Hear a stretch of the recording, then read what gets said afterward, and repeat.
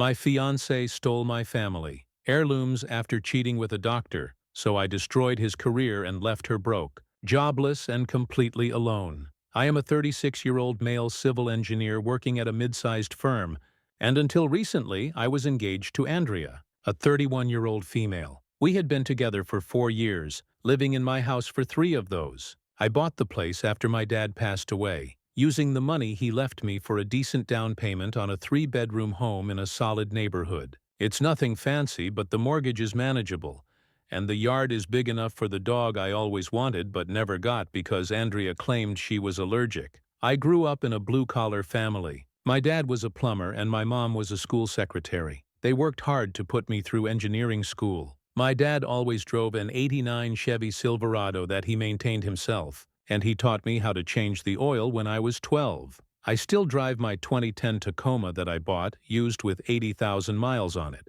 Andrea always complained it was too old and not professional enough for client meetings, but I refused to go into debt for a status symbol. When my dad died from a heart attack 5 years ago, I promised myself I would make something of the opportunity he'd given me. I got the job, bought the house, met Andrea at a friend's wedding, and thought I was set. Andrea works in pharmaceutical sales, pulling in around $85,000 plus commission. Between us, we were doing well. Not rich, but comfortable. We had the wedding planned for next summer and had already put down $4,000 in deposits. Her parents were covering most of it, but we were contributing what we could. There were signs that things weren't right. For instance, when I got that promotion last year and took her out to celebrate, instead of congratulating me, she spent the whole dinner asking if I'd be getting a company car or an expense account. When I said no, she just said, "Oh," and changed the subject. Then there was the time I came home with groceries, and she completely lost it because I bought store-brand cereal instead of the organic stuff she wanted.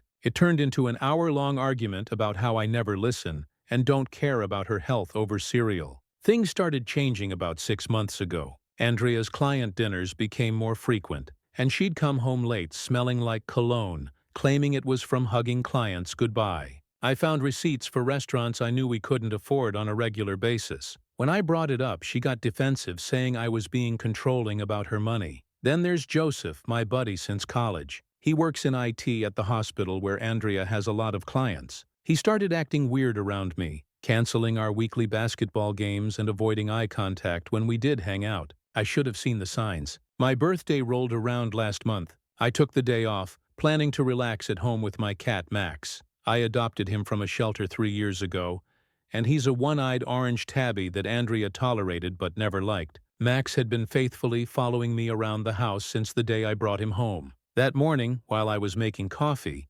Andrea made a big show of giving me a wrapped box. "Don't open it until tonight," she said, kissing my cheek quickly. "I've got a dinner meeting with the regional director, but I'll be home by 10 Hasen, and we'll celebrate." I nodded and set it aside, thinking, another meeting? Whatever. Around 8 in the evening, I was sitting on the couch, Max purring on my lap, when I figured I'd go ahead and open it. Inside was a black hoodie with our favorite band's logo. Nice enough. There was a small card that said, "Check the pocket." I reached into the pocket and pulled out a folded piece of paper. It wasn't a receipt this time, but a goodbye note. "Victor, I can't do this anymore. The wedding, the house, the whole future we planned. It's not what I want. I found someone who makes me feel alive again. By the time you read this, I'll have already moved my essential things out. I'll get the rest later. I'm sorry it had to end this way." Just like that, 4 years were over in a pocket note on my birthday. I sat there holding that note for what felt like hours, but was probably only minutes. My mind was racing, trying to piece together all the signs I had ignored. The late nights, the sudden work trips, the way she'd started guarding her phone, and how she'd begun picking fights over nothing, probably to justify what she was doing. Just 2 weeks ago, she'd made a backhanded comment about my truck when her colleague pulled up in a new BMW. "Maybe someday we'll upgrade to something from this decade," she'd said with a laugh, linking her arm through mine. I brushed off her comment like it was just a joke. Her colleague had smirked, and I felt like I was back in high school, being sized up and found wanting. I called her straight to voicemail and texted with no response. I went to our bedroom and noticed the closet door was open. Half her clothes were gone and her jewelry box was missing. I sat on the edge of the bed with Max rubbing against my leg. At least someone in this house was still loyal. I cracked open a soda and sat on the couch, staring at the walls. That's when I remembered something. Our shared cloud account. I grabbed my laptop and logged in. Jackpot. Andrea wasn't exactly tech-savvy. She didn't realize our photo backup was syncing automatically from her phone. There they were, dozens of pictures of her with some guy, tall, gym-built, expensive suit type, at restaurants, in a cabin, and somewhere on a boat. Based on the timestamps, this had been going on for at least 4 months. Then, buried in a folder labeled Weekend Getaway, I found a photo that made my blood boil. Andrea and this guy were standing in front of my car, the car I let her use because her lease had ended, clearly using my vehicle for their little escape. I dug deeper and found text message backups. The guy's name was Dorian, a doctor at the hospital where she did sales calls. Typical. The texts were nauseating. She told him how bored she was with me, how she couldn't wait to start her real life with him once she figured out how to leave me without drama. Just then my phone buzzed. A text from Joseph. "Dude, I need to talk to you. It's important." I called him immediately. What's up? There was a long pause.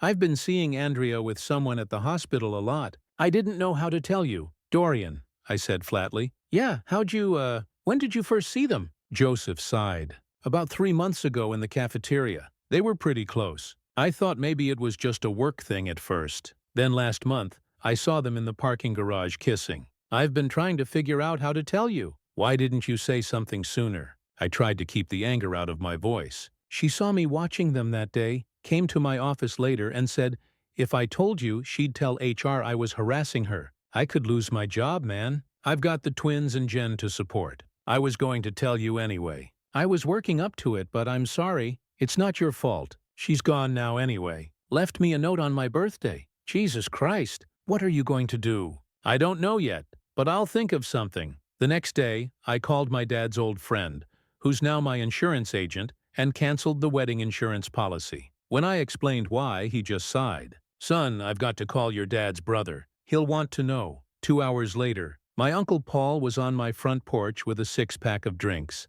Dad's favorite when he was alive. "I had to do this for your cousin Tyler last year," Paul said, handing me a drink. "Better a busted engagement than a busted marriage." We sat in silence for a while. "Your dad would have handled this the same way you are," Paul finally said. "Just quiet dignity and a clear head." Coming from him, that was the highest compliment possible. Speaking of handling it, I took a week off work to get some things done. First, I changed all the locks. Then, I went through our finances. We had a joint account with about $12,000 in it, mostly my money from a recent bonus. I transferred it all to my personal account. Next, I called our wedding venue and photographer, explained the situation, and asked if I could transfer the deposits to my name only. The venue manager, Diane, was surprisingly understanding. Then I put together a folder with screenshots of all the photos and texts I'd found, neatly organized by date. I wasn't sure what I'd do with it yet, but it was important to have ammunition. Every night that week,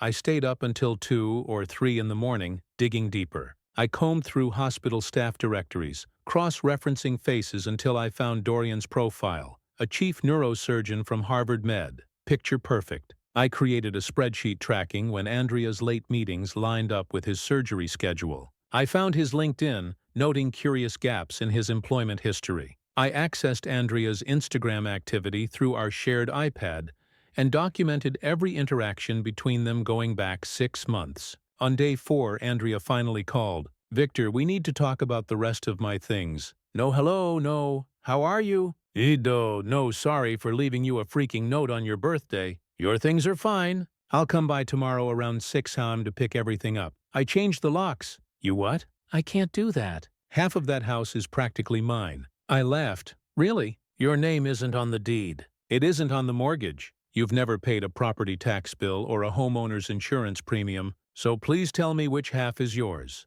"We're engaged." "That makes it. We were engaged. Past tense. Just like how you were faithful. You were honest. You were going to marry me. All past tense." She was silent for a moment. "This is so typical of you, being technical instead of reasonable. You left me a breakup note in my birthday present and moved in with another man. Don't talk to me about reasonable, fine. Be that way. My dad will call you about this." She hung up. Her dad called the next day. Thomas Whitfield, Esquire, informed me that his daughter would be by with a police escort to collect her belongings, and that I should expect to hear from his lawyers about the house situation. "Mr. Whitfield," I said calmly, "before you go making threats, you might want to ask your daughter about the contents of the cloud account she shared with me, specifically the folders from the Lakeside Inn in March and the weekend at your family cabin in April. I'm happy to share those files with Mrs. Whitfield if necessary." There was a long pause. "I'll call you back." He never did, but Andrea texted an hour later. "You're an a-hole. What time can I get my stuff?"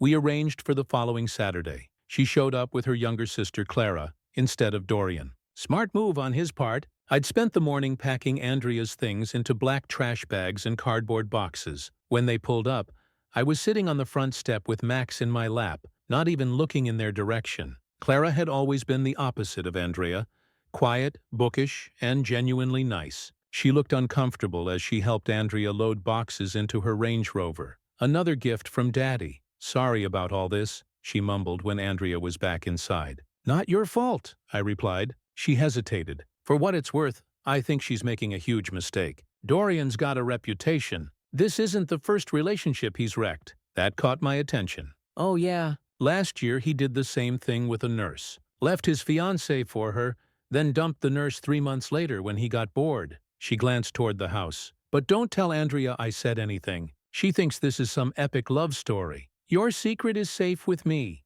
After they left that night, Clara called. "Victor, there's something you should know. Andrea took some things that weren't hers. I saw her pack that signed baseball your dad left you, and the nice watch from your grandfather." "Are you sure?" "Positive," she said. "Since you kept the ring, she deserves something valuable too." I hadn't even thought about the engagement ring, a 2-carat diamond that cost me nearly $15,000, almost my entire savings at the time. After we hung up, I sat in my dad's old recliner, the one Andrea had always hated and wanted to throw out, and started planning my next move. Taking my family heirlooms was the final straw. This wasn't just about a messy breakup anymore. I needed to know more about Dorian. Joseph was my way in, but I had to be careful given Andrea's threats against his job. We met at a diner far from the hospital where nobody would recognize either of us. "His full name is Dorian Chamberlain," Joseph said, sliding a coffee toward me. "Neurosurgeon, early 40s, makes around $800,000 a year. Divorced twice." "Twice? Andrea knows this?" Joseph shrugged. "Doubt she cares. You should see the car he drives. Maserati, custom suits, the whole I'm rich and important package. The hospital must love him." "That's the thing. They don't. He's good at his job, but he's on thin ice with administration. There have been complaints about his bedside manner, how he treats nurses, plus some rumors about prescription stuff. I can't really talk about prescription stuff. Let's just say some medications go missing on his shifts. Nothing proven." I nodded slowly. "Anything else I should know?" That's when Joseph told me about a nurse named Stephanie. He said she used to date Dorian and now works in the ER after transferring post-breakup. From what he told me, she might have some stories to share. Finding Stephanie wasn't hard. Hospital directory, a little social media stalking. Getting her to talk to me was the challenge. I stationed myself at the coffee shop across from the hospital and waited through 3 shift changes until I spotted her based on her profile picture. Mid-30s, blonde, and tired-looking. I approached her and asked if we could talk. "Dorian Chamberlain?" Her face hardened immediately. "I have nothing to say about that jerk. He's with my fiancée now, or ex-fiancée." That got her attention. "Seriously? Let me guess. She works at the hospital?" "Sales rep." I nodded. "Figured that's his type. Women who look up to him professionally. It makes them easier to control." She grabbed her coffee. "Look, I shouldn't be talking about this in public. I just want to understand what I'm dealing with." "Fine. 5 minutes." We sat at a corner table. She told me everything. How Dorian had pursued her relentlessly while he was engaged, promising to leave his fiancée, then finally did. 3 months later, he became distant and controlling, starting to accuse her of cheating when she worked late. When she finally confronted him about the pills she found in his locker, he threatened to ruin her nursing career if she talked. "The man's a narcissist and possibly an addict," she concluded. "But he's protected. His father's on the hospital board, so Andrea is just the latest in a pattern." "Exactly. He'll love-bomb her, then discard her when he gets bored, or when she discovers something she shouldn't." She leaned forward. "If I were you, I'd be thanking my lucky stars. You dodged that bullet. Your ex did you a favor. If you really want to hit Dorian where it hurts, Focus on his reputation. It's everything to him. She stood to leave. Good luck, and do yourself a favor. Don't try to warn her. People like that have to learn the hard way. As Stephanie walked away, my phone buzzed. A text from Thomas. Meet me tomorrow at 2:30 p.m. at Riverfront Cafe. Come alone. Andrea's father wanted to meet. This should be interesting. I arrived at Riverfront Cafe 15 minutes early and chose a corner table with my back to the wall, giving me a full view of the entrance. Thomas Whitfield was exactly what you'd expect from a corporate lawyer making 7 figures. Expensive suit, immaculate silver hair, and the confident posture of someone used to intimidating people. His confident stride faltered when he spotted me already seated, watching him approach. Good. He didn't waste time. I want to discuss your evidence and how we can resolve this situation amicably. The photos. The text messages, you mean? The photos of your daughter cheating on me for months? The texts where she plans how to leave me without drama? Or maybe the pictures of them at your family cabin?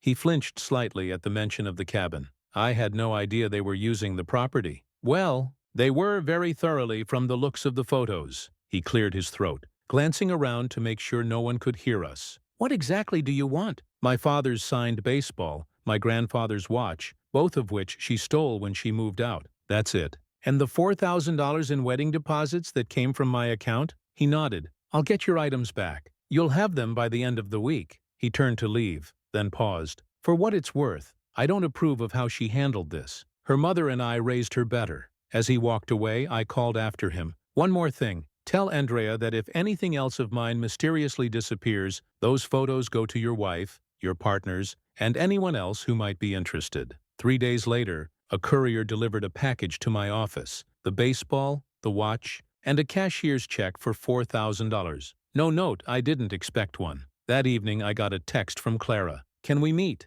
It's important. We met at a quiet bar downtown. Clara looked stressed, fidgeting with her drink. What's up? I asked. Andrea doesn't know I'm here, but I thought you should know what's happening. She's miserable. Not my problem anymore. I know, but Dorian's showing his true colors already. Controlling, jealous. He checks her phone and questions her about every male client. Last week he surprised her by showing up at what was supposed to be a business dinner. Again, not seeing how this concerns me. Clara, aside, she's talking about quitting her job because he doesn't like her working with male doctors. She's giving up her career for this guy. She made a mistake, a huge stupid mistake that she's too proud to admit. Why are you telling me all this? Because despite everything I know, you cared about her. Really cared. Not like Dorian, who just sees her as a trophy. She hesitated. And because I've always thought you deserved better than how she treated you. I appreciate your concern, I said carefully. But I'm moving on with my life. I'm good, actually.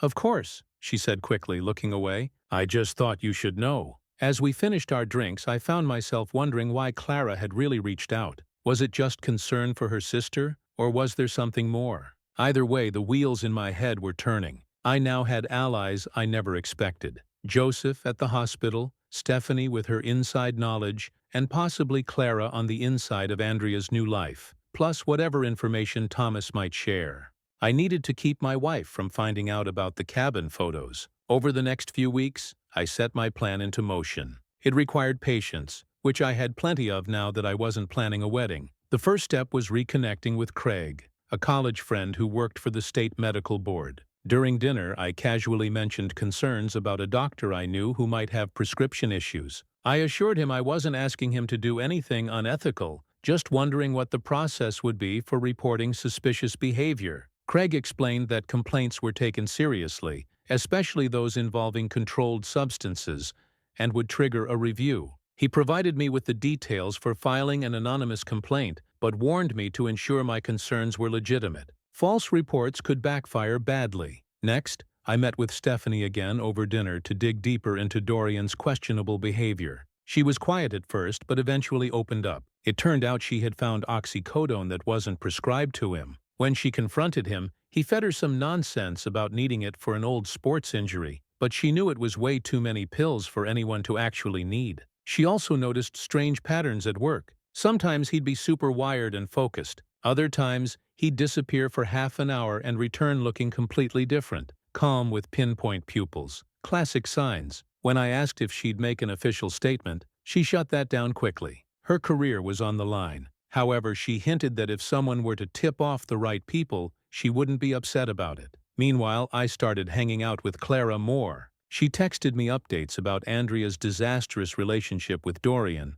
and we grabbed coffee to talk. During one of our meetups, she told me Dorian was throwing a massive housewarming party because Andrea had officially moved into his $1.2 million mansion in the affluent part of town. Clara rolled her eyes, saying Andrea wanted everyone to see their perfect life, especially since hospital bigwigs would be there. But their mom wasn't having any of it. The final piece fell into place when Joseph texted me. Dorian was scheduled for a high-profile surgery on the Monday after his big party. A senator's daughter, with media coverage. Perfect timing. The night before the party, I filed an anonymous complaint with the medical board, detailing concerns about Dr. Chamberlain possibly being impaired during patient care. Including specific dates Joseph had helped me identify when medication inventory didn't match usage logs. I included just enough verifiable details to warrant a serious investigation. Then, I contacted a friend who worked security at the hospital and slipped him $200 to keep me informed if anything interesting happened during Dorian's shifts the following week. I obviously didn't attend the party, but Clara sent me pictures throughout the evening. Andrea looked perfectly polished in a designer dress, while Dorian held court among his colleagues, and Andrea's dad schmoozed with hospital executives. Everything looked immaculate, expensive, and enviable. It was exactly what I wanted to see. The higher they climbed, the harder they'd fall. On the Monday after the party, Dorian performed his high-profile surgery on schedule, and everything appeared to go perfectly. What didn't make the news was that a random drug test had been ordered for all surgical staff that morning, part of a new hospital policy that mysteriously only affected Dorian's team. My security friend texted me Tuesday morning, saying Dr. C called an emergency meeting with the administration and left looking furious. By Wednesday, Joseph reported that Dorian was conspicuously absent from the hospital. By Friday, rumors were circulating that Dorian had been suspended pending an investigation.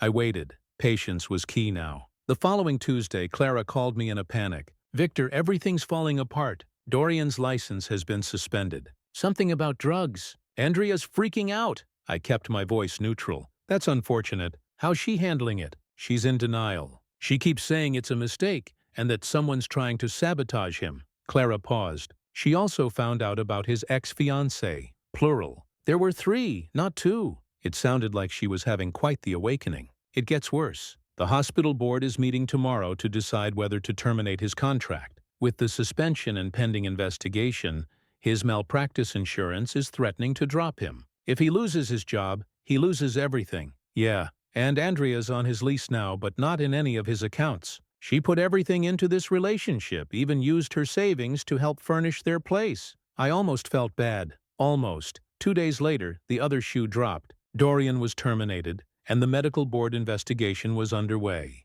According to Clara, he was spiraling, blaming Andrea for his bad luck, drinking heavily and becoming verbally abusive. She finally sees him for what he is, Clara told me over yet another coffee meeting. But she's trapped. She's afraid to leave because he's becoming unstable, and she has nowhere to go anyway. Dad offered to help, but she's too proud to admit it. That night, around 2 in the morning, my doorbell rang repeatedly, captured by my newly installed security camera. I saw Dorian swaying on my porch, clearly drunk. I chose not to answer. He rang again, then started pounding on the door, shouting incoherently. I calmly called the police, recorded the entire incident, and filed a report the next morning. 3 days later, I discovered my mailbox had been damaged. The day after that, I noticed one of my truck tires was slowly losing air. I didn't react. Instead, I quietly upgraded my security system, adding cameras to cover every approach to my house, and meticulously documented everything.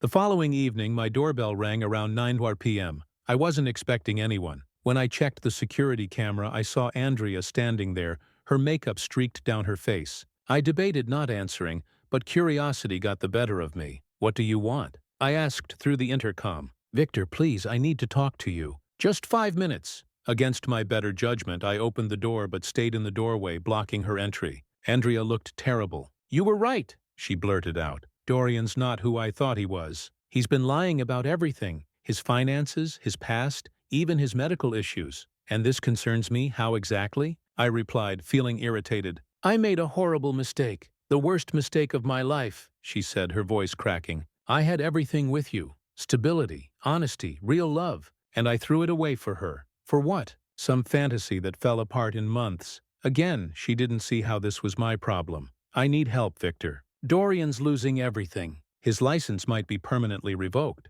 The condo is going into foreclosure because apparently he's been leveraged to the hilt. He's drinking constantly and becoming scary. Last night, he shoved me into a wall. Sounds like you should call the police, not your ex. I started to close the door. Wait. She put her hand on the door. I have nowhere else to go. My parents are out of town and Clara's place is too small. I just need somewhere to stay for a few days until I figure things out. I laughed. Actually laughed. You're joking, right? You want to stay here after what you did? I know I don't deserve your help, but you're the only person who's ever truly cared about me. I stopped her. Just stop. The woman I cared about wouldn't have left a coward's note in a birthday gift. She wouldn't have taken family heirlooms out of spite or moved in with another man without a second thought. I was confused, she protested. Dorian manipulated me. No, you made choices. Adult choices. Now you get to live with the consequences. Her face hardened, and that familiar entitled anger surfaced. So that's it? You're just going to leave me with nowhere to go after 4 years together? Funny how that works, isn't it? By the way, how's Dorian's career going? Heard he had some trouble recently. She stared at me, realization dawning. It was you. You reported him. I shrugged. Someone had to stop an impaired doctor from operating on people. Think of it as my public service. You ruined his life, his career, everything we had. No, his addiction and dishonesty did that. I just made sure the right people were watching at the right time. I leaned closer. And for what it's worth, I had help. Turns out there are plenty of people who've been hurt by you two. Clara, for instance, I whispered. She's been feeding you information. And that nurse, Stephanie, people don't like being used and discarded, Andrea. Something to keep in mind for your next relationship. The next day, Dorian showed up again, pounding on my door, clearly drunk at 11, tired in the morning. I didn't bother opening up, just called the police and watched through the security camera as they escorted him away, threatening to arrest him for trespassing and public intoxication. I added the footage to my growing documentation file. Andrea tried a different approach, sending her father to negotiate. Thomas Whitfield looked uncomfortable standing on my porch. Victor, I understand there's been some unfortunate developments with Dorian's situation. Very unfortunate, I agreed. Addiction is a serious disease. Yes, well, Andrea finds herself in a difficult position. She certainly does, I replied. He shifted uncomfortably. I'm aware that you and she have a complicated history, but she's in a vulnerable place right now. And as her father, I'm concerned about her safety and well-being. As you should be, I said.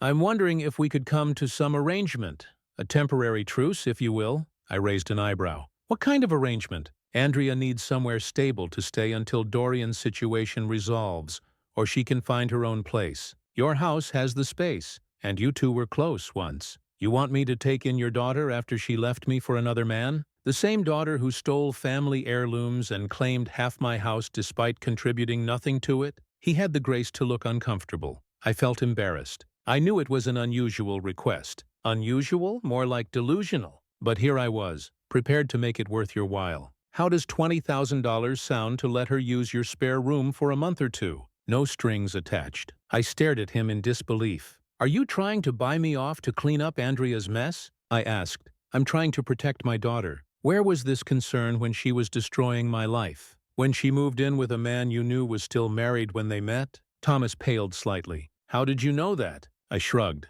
Dorian was still legally married to his second wife when he and Andrea started dating. I did my homework, Mr. Whitfield, just like I looked into his prescription habits and professional misconduct. He was quiet for a moment and then asked, What do you want, Victor? Nothing from you or Andrea. I just want to be left alone to rebuild the life your daughter shattered. As he turned to leave, I added, For what it's worth, Clara tried to warn her multiple times. Maybe you should start listening to your younger daughter. She seems to be the only one in your family with a moral compass. The next few weeks brought more desperate attempts at contact. Andrea sent tearful voicemails, and Dorian, when sober enough, sent threatening texts that I documented and forwarded to his lawyer. Thomas tried again with a higher offer, $50,000 this time. I declined it, just like all the others. Eventually, they all got the message. Andrea moved back to her parents' house, tail between her legs. Dorian, facing criminal charges for prescription fraud on top of his license suspension,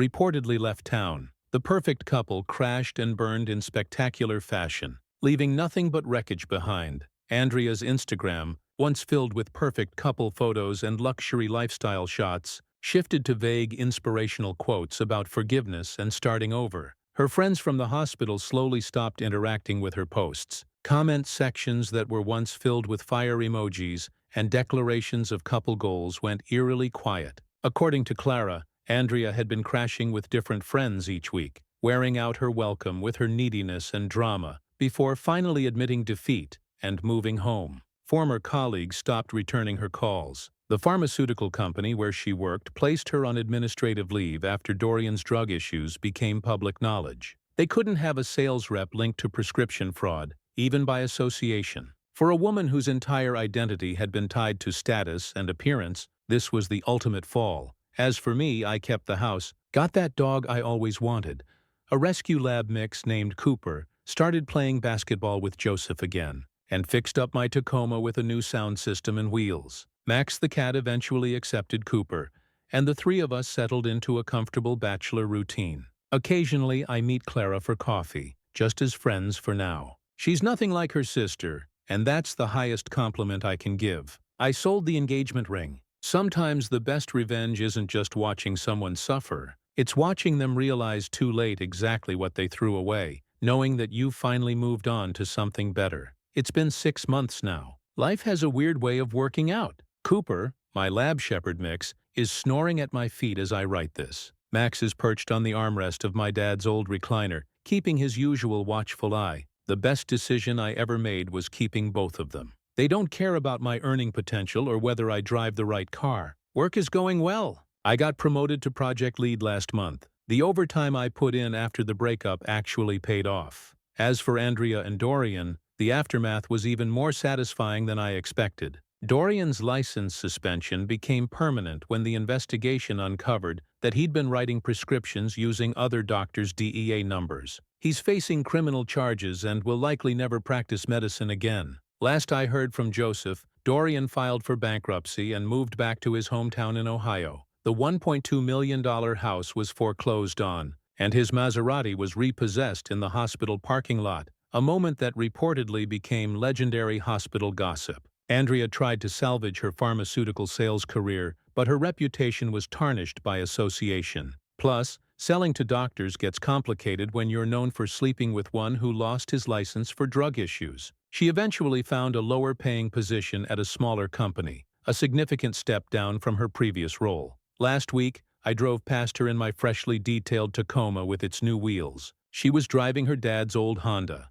a far cry from the Range Rover. Our eyes met for a brief second at the stoplight. I didn't react at all. I just drove on. That moment seemed to hit her harder than any insult could have. Thomas had to deal with his own fallout. It turned out the cabin photos got leaked somehow. Not by me, I swear to his wife. She was furious that he'd been covering for Andrea's affair, especially since Dorian had been a family friend. According to Clara, her parents had the fight of the century, and Thomas ended up sleeping in his office for a whole month. Speaking of Clara, remember those coffee meetings? They've now turned into dinner dates. We've been taking things at a glacial pace. Both of us are hesitant for obvious reasons, but there's something genuine between us that I never experienced with Andrea. Andrea found out about us 3 weeks ago when she happened to stop by her parents' place and saw us having dinner with them. The meltdown was epic. There were accusations of betrayal, and she screamed that I was just using Clara to get back at her. The whole dramatic scene unfolded. Clara, whom I had always seen as the quiet one, shut it down with 5 simple words. Not everything is about you. I've never been prouder of anyone. The irony isn't lost on me. Andrea threw away a solid relationship for a fantasy that ultimately imploded, while I found something real with someone who had been right there all along. Her parents have been surprisingly supportive of us. I think they see it as some kind of karmic balance. So that's it.